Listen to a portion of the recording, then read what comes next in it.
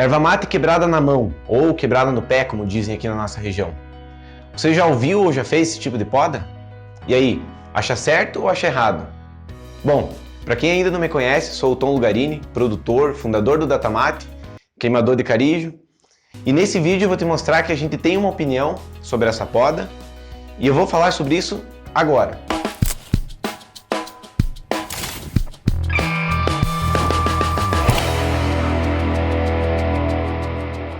Antes disso, você lembra o que a gente falou nos vídeos passados, né? Bom, a gente já falou de estiagem, de geada, de preparo de solo, plantio, mas nos dois últimos vídeos foi mais ou menos isso. Então veja que a produtividade nacional de ervais produtivos hoje ainda está na fase de 8 toneladas por hectare. E nós aqui, com 3 anos de idade, já chegamos nos 12. O pessoal pensa que vai lá dar uma roçada e planta lá e depois só vai colher. Não é nada disso. Perdi mais de 10 mil reais em 7 hectares em apenas um ano. Na verdade, eu posso elencar duas principais dúvidas. Uma era como plantar e a outra como podar a erva mate. Existia sempre essa dificuldade de saber o que é certo e o que é errado. O que tem que ficar claro aqui é que não tem mais espaço para amadorismo. Primeiro, eu falei de quanto custou caro fazer o plantio de qualquer jeito, fora de época e sem técnica nenhuma. Na época, eu via tanto o tal do disque, que vão desde erva mate não gosta de calcário, até aquela famosa Roundup não mata erva, só amarela. Que acabei fazendo cagada e perdi muito tempo e dinheiro, lembra, né? Eu perdi quase 10 mil reais em 7 hectares em um ano. Ai, chega a me dar uma tristeza até quando eu lembro disso daí. Mas adianta a gente falar de poda e você ir lá e fazer na época errada? Ou ainda podar e abandonar erval? Sacramento! Sacramento! Esse é o resultado quando você não faz a limpeza na época correta. Muita folha se perde. Mas meu querido, minha querida, se você fizer o que os outros fazem, da mesma forma que todo mundo faz, errando onde todo mundo erra, não adianta querer algo diferente em troca. Isso aqui foi tudo erva mate expedida, a folha caiu no chão e o galho seca. Depois, mostramos que a erva mate pode sim produzir bem. Mas para isso, meu caro, tem que ser profissional. Lá a gente procura fazer de um modo assim bem profissional, sabe? Assim, sabe? Gestão, né? Para profissionalizante, vamos dizer assim, né? Então eu tenho tudo ali de cada lote quanto gastou. A gente está produzindo ali próximo a 20 toneladas por hectare, né? Ano, né? Certo? Ano.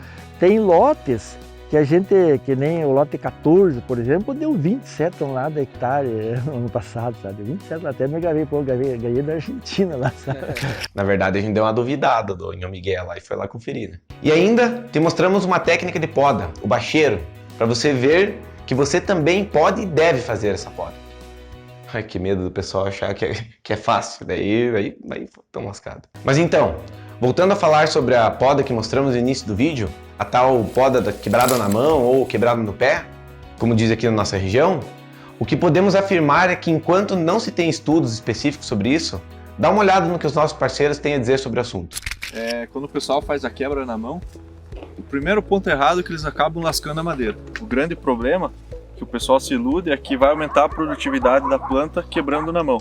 Até na próxima poda, ela pode dar um incremento, mas futuramente, na segunda, na terceira, a tendência é só baixar, porque você acaba tendo madeira grossa, tem pouca atividade fisiológica na planta, então já diminui a circulação de seiva e com isso a emissão de novos brotos. Qual é o problema desse tipo de poda? Que quando que você for fazer a poda, de lá 1 ou 2 anos após agora a colheita, o tronco vai estar muito grosso, então ele está muito lignificado e tem dificuldade de emergir os brotos para a próxima colheita. Esse é o principal ponto, então, Delmar. O pessoal faz a retirada aqui dos ramos finos na esperança que brote-se mais no meio aqui da erva e que isso aumente a produtividade do pé de erva mate. Então o que você está me dizendo que seria o contrário. Para a próxima colheita até vai ter uma boa produtividade, mas a futura, que vai depender do broto que vai sair deste galho aqui, que já vai estar muito mais grosso, aí você pode ter a produtividade.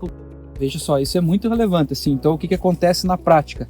As pessoas fazem essa técnica aqui a gente chama de quebradinha na mão, né? Aqui a gente tinha aqui, ó, 6 ramos, ele é feito a junção do ramo e feito a quebra na mão. Então, além dela causar esse dano aqui que é visível aqui no ramo, que pode comprometer futuramente, ela causa a impressão de que isso aqui aumenta a produtividade. Como a gente já ouviu relatos em vários ervais aí, inclusive no Rio Grande do Sul também, a gente já viu pessoas falando que quando é feita a poda dessa forma, o pé responde melhor. Então o Delmar acabou de matar a charada. Ele responde sim melhor na próxima rotação.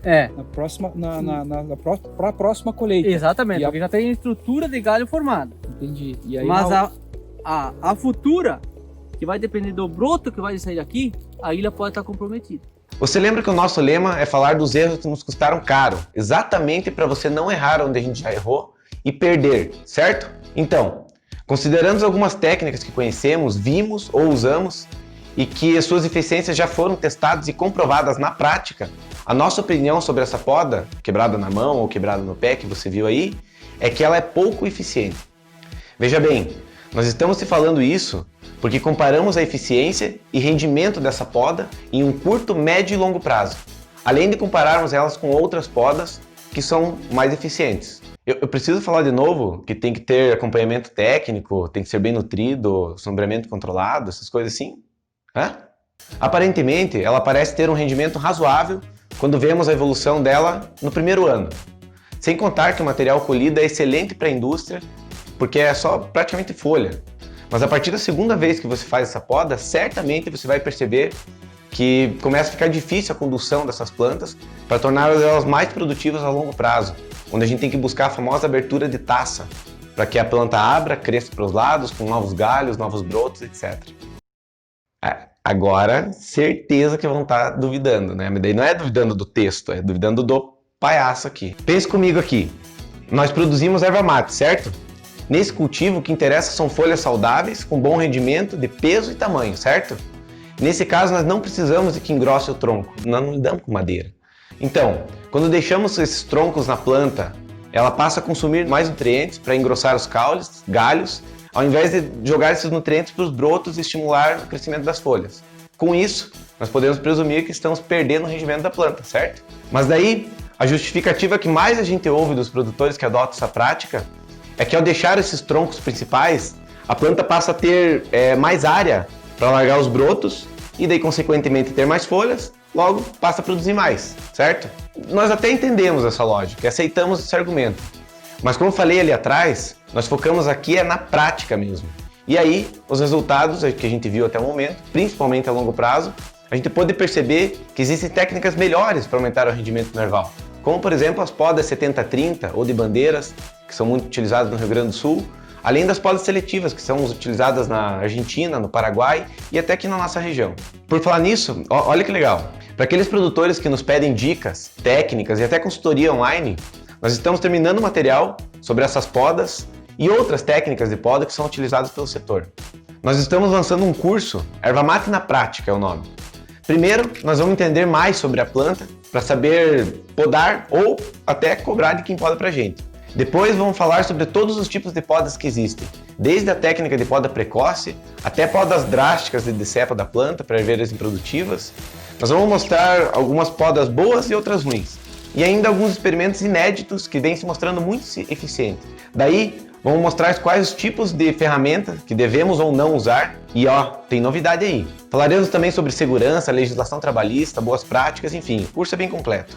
Veja, a ideia é a gente entregar aulas gravadas e um acompanhamento individualizado. No que vai estar gravado, primeiro nós vamos entender a planta, depois vamos saber quais os tipos de poda, quais as ferramentas certas para utilizar, as condições, época certa para fazer a poda, e na segunda parte nós vamos acompanhar os produtores nas suas atividades, tirando as dúvidas, avaliando se eles estão aplicando da forma certa o que eles estão aprendendo. Tudo de forma remota, com acompanhamento técnico, material de apoio, bônus, certificado, garantia condicional de 7 dias. Se comprar e não gostar, nós devolvemos dinheiro mesmo, na hora. Não admitimos que você erre onde a gente já errou, porque só aí você vai estar ganhando dinheiro.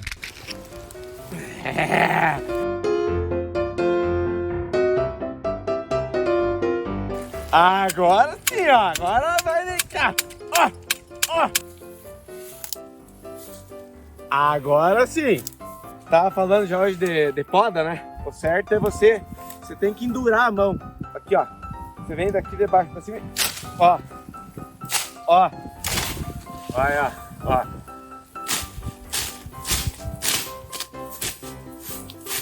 Uma hora depois.